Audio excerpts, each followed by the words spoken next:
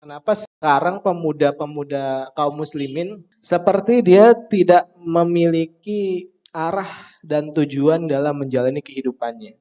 Ketika ada sesuatu hal yang viral seperti SCBD, dia menjadi contoh. Untuk K-popers yang menjadi contoh adalah idolanya para artis-artis Korea.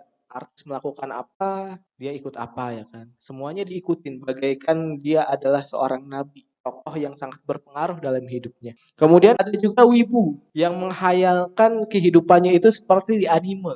Terus ada juga seperti gamers yang menghayalkan kehidupannya bisa makmur, bisa kaya dengan dia menjadi gamers pro player. Karena contohnya ada. Apakah seperti itu setiap ada arus yang viral kita sebagai seorang pemuda, sebagai seorang muslim kita ikut-ikutan? Semuanya kita ikuti? Tentu tidak. Kemudian apa sebetulnya permasalahannya? Permasalahannya adalah sekarang kita itu tidak tahu siapa diri kita, siapa jati diri kita. Karena identitas seseorang itu akan terlihat dari tujuan hidupnya.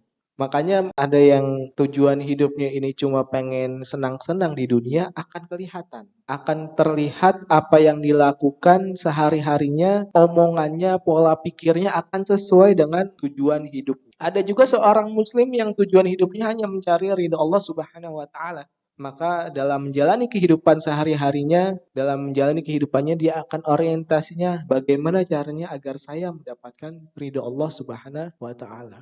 Makanya identitas seseorang itu akan terlihat dari tujuan hidupnya dia itu sendiri.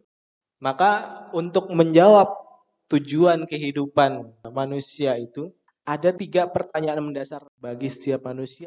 Nah, pertanyaan apa itu? Pertanyaan mendasar dalam kehidupan manusia ini adalah dari mana, untuk apa, dan akan kemana.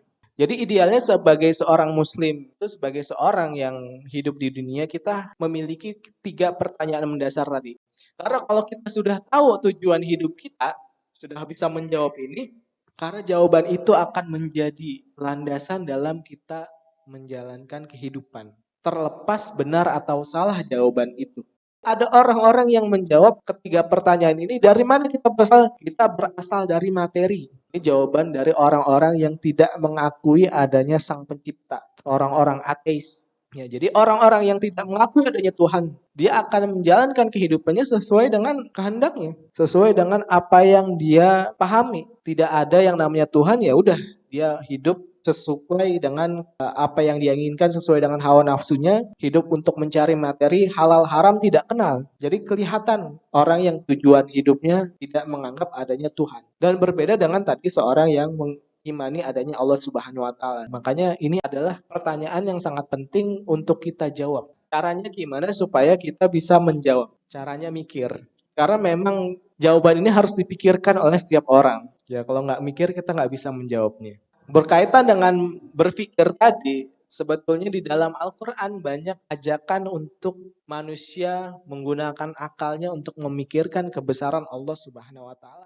Allah Subhanahu wa taala berfirman, A'udzubillahi minasyaitonirrajim. Inna fi khalqis samawati wal ard wa ikhtilafil laili wan nahar la ayatil liulil albab. Sesungguhnya dalam penciptaan langit dan bumi dan pergantian siang dan malam terdapat tanda-tanda kebesaran Allah bagi orang-orang yang berakal. Jadi di Al-Quran itu sangat banyak ayat-ayat yang memerintahkan kita manusia untuk memikirkan hakikat penciptaan. Memikirkan eksistensi Allah Subhanahu wa taala, adanya Allah Subhanahu wa taala. Karena memang salah satu keistimewaan manusia itu adalah memiliki akal. Dan akal ini digunakan salah satunya untuk memikirkan kebesaran Allah Subhanahu wa taala. Kemudian ayat wa fi anfusikum afala tubsirun, dan pada diri kalian apakah kalian tidak memikirkan. Ini maksud ayat ini adalah kita diperintahkan nggak cuma memperhatikan diri kita, tapi Allah memerintahkan kita siapa yang menciptakan kalian, apakah kalian tidak memperhatikan.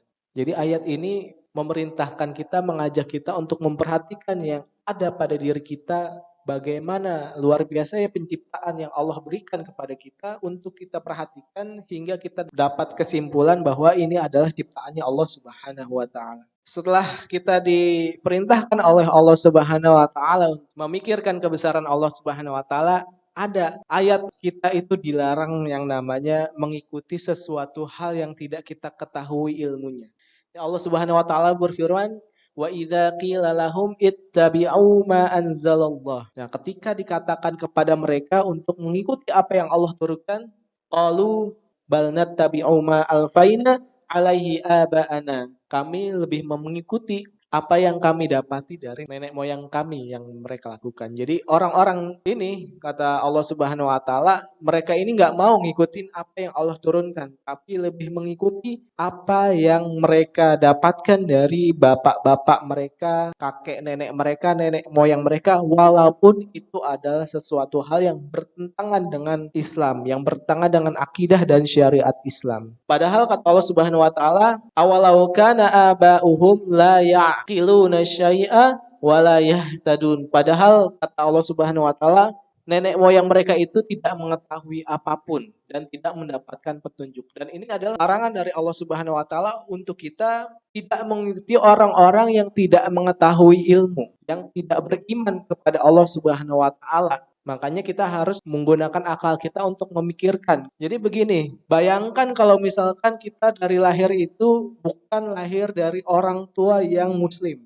Ayat ini berlaku. Makanya setiap orang itu diperintahkan oleh Allah Subhanahu wa taala untuk memikirkan keberadaan dari Allah Subhanahu wa taala.